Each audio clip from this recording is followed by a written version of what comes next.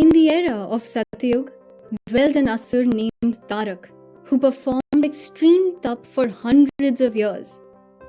Every 100 years, he would make his tapasya more difficult. For the first 100 years, he survived on water, and later, he merely survived on air. Impressed by the extreme austerities, Bhagwan Brahma appeared before Tarakasur to bless him. I am pleased by your devotion and tap. What boon do you seek? Tell me, and you shall be bestowed, said the Creator. Tarakasur seized the opportunity and asked for 2 boons. If you are pleased, O Dev, then I request you not to create anyone stronger than me, and if my death must come, it shall be from the son of Mahadev. Tarakasur thought, since Mahadev is Adi Yogi, it is impossible for him to produce a son. Hence, this boon would make him invincible and practically immortal. Brahmadev blessed the Asur, thus making him the most powerful Asur, and upon his return to Patal Lok, all the Danavs made him the king. As per the boon, no other being could match his power, and so Tarakasur fearlessly attacked Swarglok with his well-trained army. And it was in this battle that Bhagwan Indra took the help of Raja Muchukund by appointing him as the commander of the army.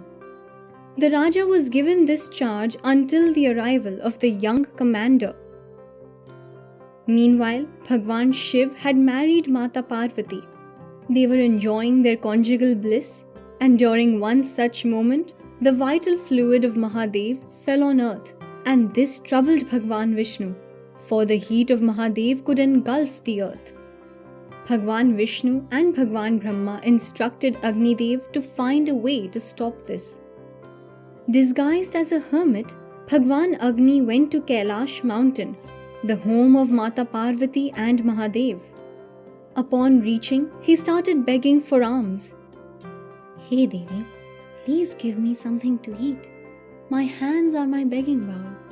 Please fill it with something to eat. Devi Parvati was enjoying her time with Shiv and was annoyed by this disturbance. She placed the life seed of Mahadev on his hands, which was then eaten by the hermit. Furious with the actions of the hermit, Mata cursed him. You have disrespected me by eating the seed of life.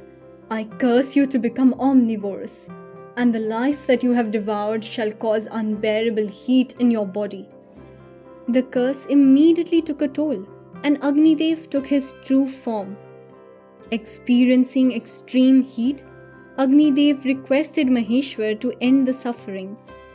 Taking pity on Agni Dev, Bholenath advised him, place that seed in the womb of a woman and you will be freed. Agni Dev, suffering from the heat, waited in the chilly parts of the mountain. Luckily, he did not have to wait long.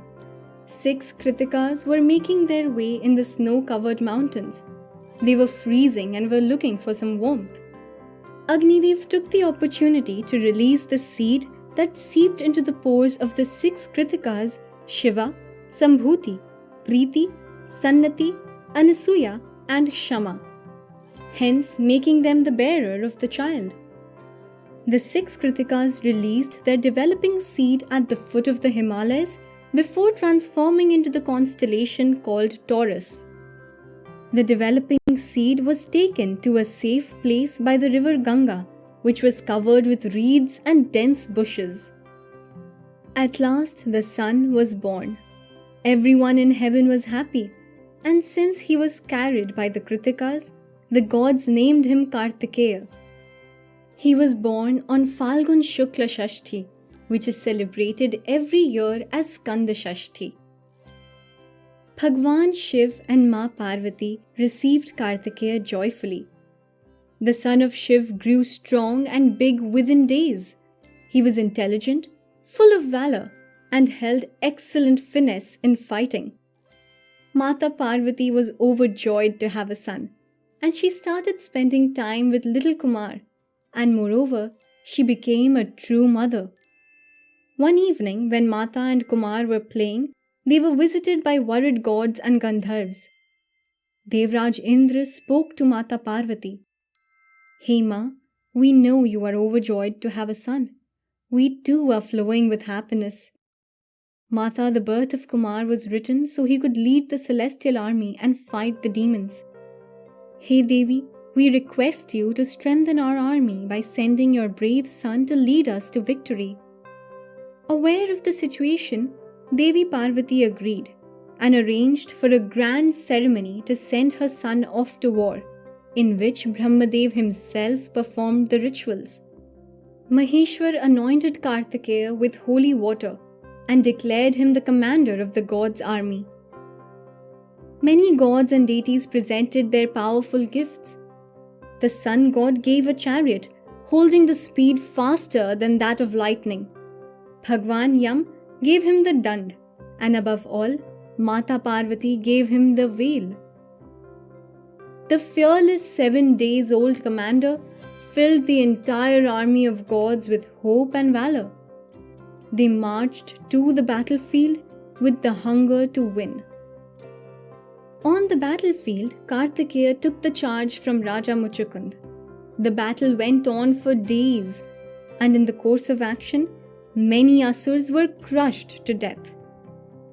On the 6th day of the battle, Surapadma, the brother of Tarakasur, made the mistake of challenging Kumar, but he soon realized his mistakes and transformed himself into a tree.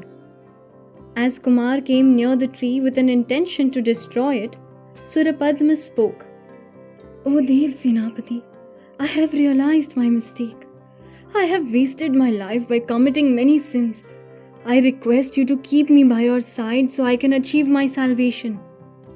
Kartikeya agreed to Surapadma's wish and slashed the tree into two. One half became a rooster called Krichi, symbolizing the good, and the other half became a peacock, Parvani, that denoted evil. Parvani became the vehicle of Kumar as it symbolized the win of good over evil. The day that Kartikeya slayed Surapadma is observed as Sursamharan festival in South India. On the 7th day, Kartikeya challenged Tarakasur. An intense battle erupted between Kartikeya and Tarak. The fight went on for hours, but eventually Murugan was knocked unconscious. The devs who were fighting by his side took him away from the field. Kartikeya went back into the battlefield as soon as he gained consciousness, and finally used the veil at his enemy, Tarakasur, killing him instantly.